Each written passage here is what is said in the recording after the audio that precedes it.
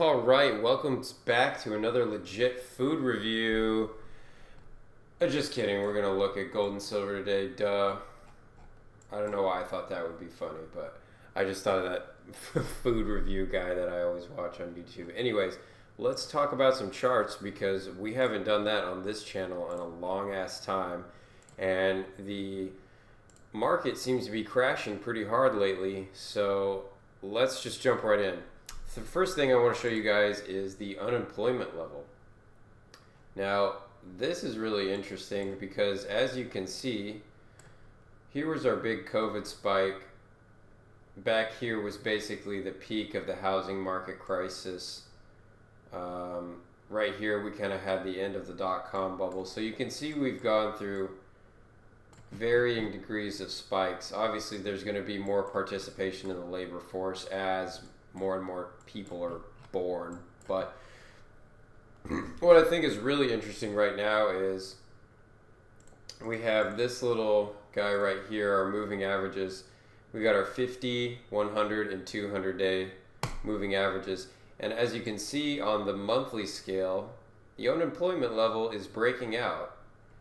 This is not a good sign right here. This is really bad on a whole, macroeconomic level. We're also talking about the United States. So we're getting this from the Bureau of Labor Statistics. So as you can see, once it crosses this 50-day moving average, we tend to see big spikes up and recessions. You can see every single time it's happened, here, back here, countless times throughout history, when we've crossed this 50-day moving average, the unemployment starts to break out pretty badly. So unfortunately, if you were, watching my channel 2 years ago, we were talking about this a lot, how we could start to see this, come up. And, that was probably back in 2022, and here we are in 2025. So yeah, that's super depressing. But let's move on. Let's talk about the Federal Reserve System. What I feel like is super interesting is that the dollar, so we've got the dollar currency index, despite all of this uncertainty in the market and things happening, the dollar has remained strong kind of throughout all of this, all throughout COVID. We had a sort of a bottom here after the housing market crisis, but the fact remains that the dollar, despite losing, over 90% of its purchasing power, has remained the world's reserve currency. So I think that's pretty interesting. Let's look at some other kind of like economic indicators and statistics here. We can take a look at the M1 money stock. So as you can see, our government really likes to print money out of thin air and back it by nothing. So you can see right here, most recently, this is when the Fed tightened rates. And as you can see, the printer's kind of starting to go back up. So we had a peak here, they tightened rates, but it looks like it's kind of already increasing. Here's M2. Yep, we had like a slight pause here, and we're back at it. So basically, they're just going to keep on printing. This is our money stock, M1 and M2. You can look up what those mean. There's some subtle differences between the two. Okay, let's move on to yields. We're kind of doing a macro look at things. If you had watched my channel before, I always stress that this spread was super important. So right here, we have a chart of the 2-year yield divided by the 10-year yield. And I've went ahead and marked points in the past where the yield curve has inverted and then subsequently uninverted. Right here, we had the dot-com bubble. Right here was the housing market crisis. Right here was your COVID's manufactured coronavirus type of thing. I'm really sorry for you if you still think that was, well, let's not get into that. Let's just focus on the economics here. Most recently, I need to make another big blue line because the yield curve just uninverted we have a historical precedent for when that happens.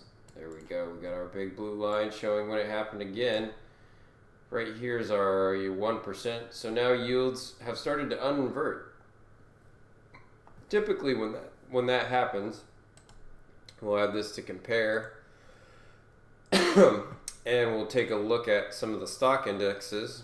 Let's take a look at the S&P. So sorry for all the technical lines on here. We'll go to a larger scale here, and we're going to have to go to logarithmic, so this makes sense. You can see down here is our 10-year over 2-year, sorry, the 2-year divided by the 10-year. So you can see these points right here where it passes above 1 is an inversion. So if we just take a couple of lines and we mark it, you can see that these very clearly indicate market tops and have historically done so with a pretty good amount of accuracy. I don't have a huge amount of data, but I am showing you pretty clearly here that here was our dot-com bubble. Then the S&P took a big hit. There's our housing market crisis. There's COVID. And here's our most recent inversion. Let's get rid of some of this junk. So yeah, this is why I always stress this on my channel. We'll go back to this. Every time this yield curve spread uninverts, that pretty much signals the top of the market, the top of where it was at the time. So now we're going to have to get yields back to normal. And then once they are, things will start slowly getting better. But essentially what I'm trying to stress is the damage was done when this happened way back here in 2022, 2021. By now, all the damage has been done. People like to say, oh, the market's constantly pricing in things, the market's like doing this, doing that. I don't feel like this has really been priced in. I mean, some people talk about this, but I don't really know if the mainstream talks about it too much. I don't think this has been priced in yet. So, that's just my 2 cents. It's historically been a really good indicator of when shit's going to hit the fan. Okay, let's look at a different spread. This is the 10-year minus the 3-month. You can see inversion points as well throughout. This one's a little more difficult to understand. So let's move on to the VIX. So on my charts, I haven't made a video in a while, but I had this big wedge pattern I drew right here, if you can see. We'll just highlight it. This thing right here. And as you can see, we started to break out. We kind of had a spike up, a touch back down, and now we're going back up. And if you look closely here, our moving averages are trending upwards. We're going like this. We're making kind of higher highs and we're making higher lows as well. So this is not looking good. Essentially your VIX here, which is a volatility index, is now on a breakout to the upside. We had our ultimate low here. We kind of did like I don't know what kind of candle you would call this. Not quite a hammer, but we had this really thin wick right here on Friday the 19th of July 2024, where we went down and touched 10 on the VIX. I drew a big white line right here around 11 and 12 because I feel like every time it gets around there, I want to be selling whatever positions I have. That's just me personally from experience. I feel like those indicate good times to sell. You can see we came down and we sort of touched around the 12-ish area 1, 2, 3 times, and then we started to break out, and now we're going quite a bit higher. This is pretty concerning because that's a pretty big breakout. If we look at the VVIX, which is the volatility of the VIX, this is a way to understand implied volatility going forward. Let's just extrapolate out. Yeah, as you can see, this is on a bit of a breakout too. We seem to be trending this way. So it's not looking good. Let's look at the 9-day volatility. Okay, big spike up, also very not good. I know we're not being super scientific here, but sometimes a visual representation is the best way to understand things. The VIX 9-day is the, S&P 500 9-day volatility index. As you can see on lots of different volatility indexes, we are starting to trend upward right as the yield curve has uninverted. Okay, this is my single biggest telltale sign of markets about to dump. And at the same time, we're getting a huge spike in volatility on the S&P and a bunch of different metrics. If we take a look at the Dow, that's a really scary looking chart right there, guys. I mean, we've gone down about 15% in the past 2 months. That's pretty huge for something like the Dow. So on our daily time frame, we've broken through all of our moving averages. But if we zoom out, we still got support coming in at the weekly level and the monthly level for sure. You can't just expect to completely just march upward without digesting some of these gains. So I don't know if, take everything I say with a grain of salt, If we look at this is the Dow Jones Volatility Index. Also kind of difficult to see, but let's get some different types of candles so we can see here.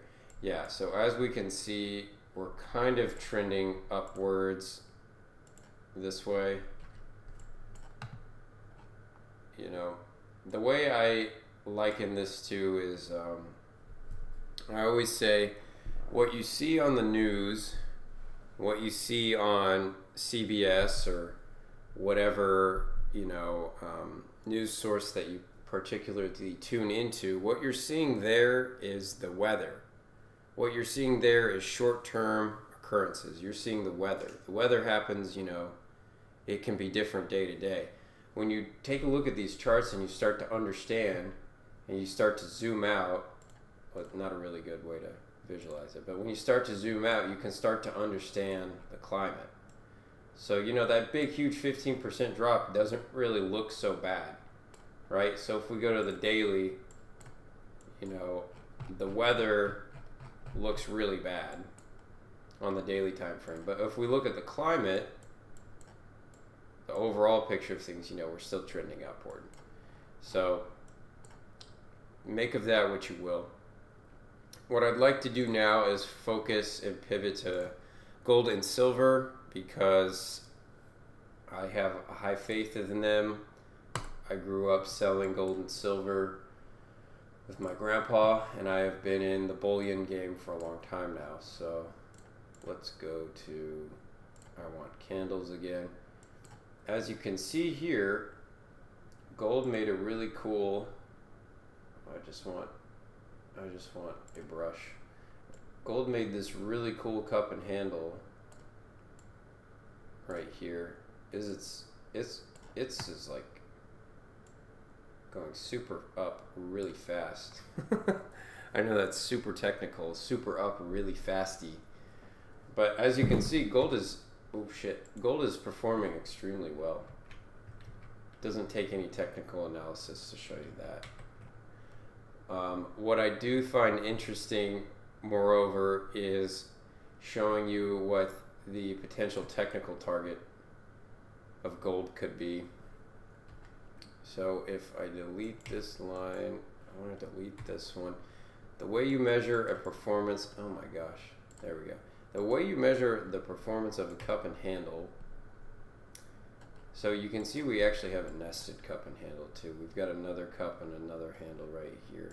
So let's just base it off of this one first. You're going to measure the top of the cup and handle. So you're going to measure the depth of this down to the bottom of the cup. And then you're going to place it where kind of the top of the cup and handle meet, which is about right here. Oh, look, I've already done it. That gives us a technical target of $4,000 for gold, which seems completely reasonable right now since we're sitting on top of 3,000 and you just broke up skyward. If you take this bigger one and you kind of look at this part from 1980 kind of as a cup and handle as well, if we draw like a cup and handle more like this, and we take the depth of this one, again, we're kind of extrapolating here, and we place it on top of here, that brings gold to a nice about $10,000, which doesn't really seem out of the realm of possibility to me either. You know, all it takes is time. And I'm going to give you some more evidence to back that up. So here we are going to look at the NASDAQ divided by gold. So we are pricing the NASDAQ in ounces of gold. So we don't have too much data here, only back till 85. But you can see that it's taken a big dive before, below this 50-day moving 100 and the 200. One other time, back here in the dot-com bubble. It then took 12 years of repricing itself against the value of gold for it to break out right here. And you know what's interesting is, from here to here, 2000 to 2012 is 12 years. And if we look at 2012 to right over here, 2024, just getting into 2025, that's another 12 years. Take a look at that.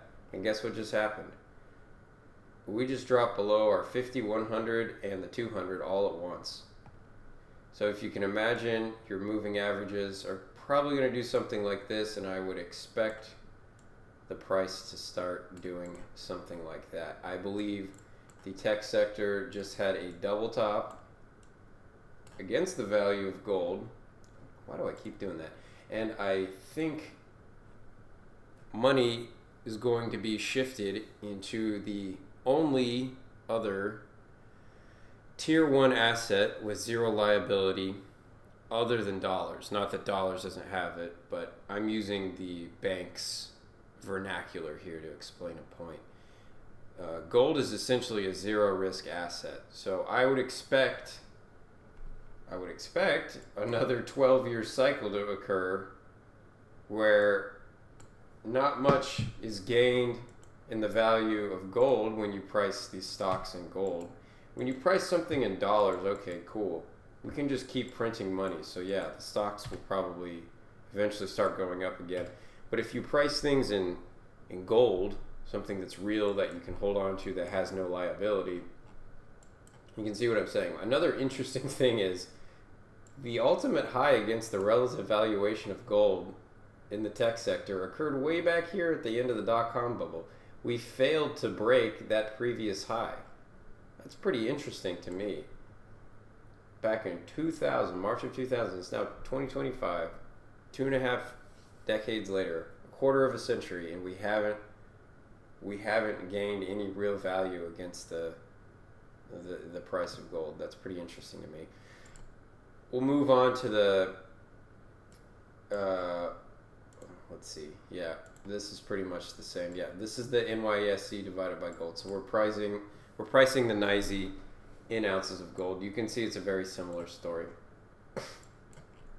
And we had this structure play out. If you were on my channel, but way back, we drew this, back. Probably drew this in 2022 because I haven't made a video in a while. So we had a left shoulder, head, right shoulder, blah, blah, blah. Anyways, you're falling off a cliff. You've touched this technical level. I would expect to go down somewhere around here again. But what's interesting is if we reverse this chart, if we invert it, this part right here looks a lot like a cup and handle to me. So it would stand to reason that gold's just going to continue to break out, in my opinion. Yeah, see it? Cup, handle. And if we go to an even larger scale, you can kind of get what I'm talking about here. Let's uninvert it. I don't think there's any reason why we can't visit these levels back down here. It might be depressing to a lot of you guys who are in the tech sector and you think gold's some old fucking dog, but it is a zero liability asset is the thing. And all these stocks, personally, I don't think are, worth the paper that denotes their price in. So I think we're in for some tough economic times ahead. So now that I've stressed that, we'll take a look at silver. Silver took a big beating recently, and it seemed to have fallen off. I know a lot of the silver channels were covering this big, huge hit it just took. But if you think about it, if you zoom out, we're still ascending quite quickly here. If we go to the monthly, what's really cool about silver's cup and handle is the technical structure for it is much larger. So there's silver's. Silver typically tends to lag gold in precious metal bull markets. So just for fun, let's take a look at silver's technical target. I already drew the line over here. So we're going to measure the bottom of the cup to the top, and then we're going to place that right on top here. And shockingly, or not shockingly to some, its technical target sits right up at about $500, which is pretty nuts. But if you consider the gold to silver ratio, where did I put that? The gold to silver ratio is sitting about at 100 right now. And in the past, it's touched as low as 40, even 30. So if we're entering a precious metals bull market, which I believe we are, it would stand to reason that silver is going to greatly outperform gold whilst also being more volatile, which kind of explains why we got this huge hit right here recently, but also why silver's technical target's way up at $500. Now, if it touches $500, I'm sure it's going to be a blow-off top type of thing like it was back here in 1980. These are monthly candles. If we look at weekly, go all the way back to 1980 to when our parents could buy a fucking house for like $2. You only painted 2 candles up here on the weekly time frame, up above 40, 50. So if we get another big spike up to 500 or something crazy, some crazy number like that. I mean, remember, silver back then literally did a 10x. You were sitting at like $4.50 and then it 10x'd. Okay. Well, now we're at 50. Okay, if it 10x again, which it already has, look, it happened right there. 10x. Boom, went back down, da-da-da. Anyways, it's happened before. I don't see why it can't happen again. So, position yourself accordingly. Let's take a look at the NYSE divided by silver. Similar thing that's happening when you divide it by gold is happening with silver. Let's get rid of this guy because it's kind of confusing. Left shoulder, head, right shoulder. I think silver and gold are going to outperform the stock market composites. Wow, crazy. Crazy to some, but if you've been stacking or know anything about this stuff, it makes perfect sense. So you can see on pretty much every chart that I'm going to show you guys, it looks like the stock market is in the process of crashing, and it looks like assets around the world are going to be in for a reckoning and a repricing. You make of that what you will. Pretty much any chart I show you. This one's interesting. Bitcoin divided by silver. Let's talk about it in gold terms first. So Bitcoin divided by gold. A lot of people liken Bitcoin to digital gold. I'm not sure if that's entirely correct. I also think Bitcoin is one of those things where it's so risky. I mean, I've been stolen from more times than I care to recount with crypto. I mean, I have been personally taken for tens of thousands of dollars in the crypto space, but that's a story for another time. Bitcoin seems to still be outperforming gold on a relative basis here. But I don't know. We had a double top here back in 2021 against the value of gold. We went and touched a ratio of 9 to 1. And then we barely made a higher high. We came from 38 to 1 to 40-ish to 1, and now we're back down at 25 to 1. So I don't know. I don't know if Bitcoin really is digital gold. If you look up the Bitcoin security algorithm, it is called SHA-256. Now that algorithm is one that was created by the National Security Agency. A lot of people think that Bitcoin is like private or something, and criminals use it to buy drugs or, you know, do whatever. Bitcoin is totally traceable and completely transparent. The algorithm it operates on is a literal NSA algorithm. So I don't know if that's news to some of you guys or not, but I don't really think it's digital gold. I think it's more akin to digital controlled opposition. That's just my take. So this is another interesting chart. We've got gold divided by shares of Tesla. And as you can see, Tesla has clearly been outperforming gold until recently. And we seem to be possibly breaking upward, which would coincide with this chart right here. Gold divided by the NASDAQ. We've only outperformed tech stocks a handful of times in my chart's history. One recorded time was after the dot-com bubble in the housing market. That's this area over here.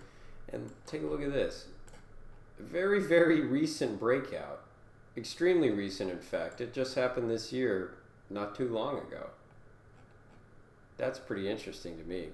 And the stock market's crashing at the same time, and the yield curve uninverted, and the VIX is making new highs. Interesting. So maybe let's look at like one more chart. We'll look at Bitcoin divided by silver. It's kind of similar to gold, honestly. I'm not really seeing anything interesting here. Obviously, clearly, Bitcoin has just gone on this parabolic rise, but like, if you look at its progress, you know, let's take this time span. You know, let's say it's like 2010 to 2017. So that's like 7 years. You went up 708,000%. And if we take, you know, another, you know, 17 to 25, we've gone up 201% against silver. So definitely diminishing returns. You know, if you got into Bitcoin way back here, you know, I had first heard about it when I was in high school, and that was like back in here. I didn't know how the fuck to buy it. I didn't buy my first coin till it was, oh, this is hard to understand when it's a spread like this. We'll just go to a straight Bitcoin chart if I have it. Oh, I don't think I have it. Anyways, whatever. Point stands. Makes sense. You know, if you were to buy it way back here, you know, you're going to get big gains. I don't really think you're not going to make these huge parabolic gains again. I think, yeah, you'll still probably keep trending up like this, but as you can see, that it's kind of slowing down. It's kind of smoothing out. You know, you went, just like the Bitcoin supply is parabolic, it looks like your gains might be kind of going parabolic too. So I'm not saying there's not money to be made in crypto, but for me, being that I've had my crypto stolen, I was involved with fucking Luna, and that was a whole fucking dumpster fire. I was involved with Ohm, I've been involved for some reason in like multiple crypto pump and dumps, and it's never really worked out for me. So maybe I'm jaded, but based on my experience, the risk is not worth the reward. I would rather hold on to the shiny gold thing or the shiny silver thing because, in that case, they gotta pry it from my fucking cold dead hands. And on that note, thanks for joining my technical analysis. Hope you guys have a good one. Peace out.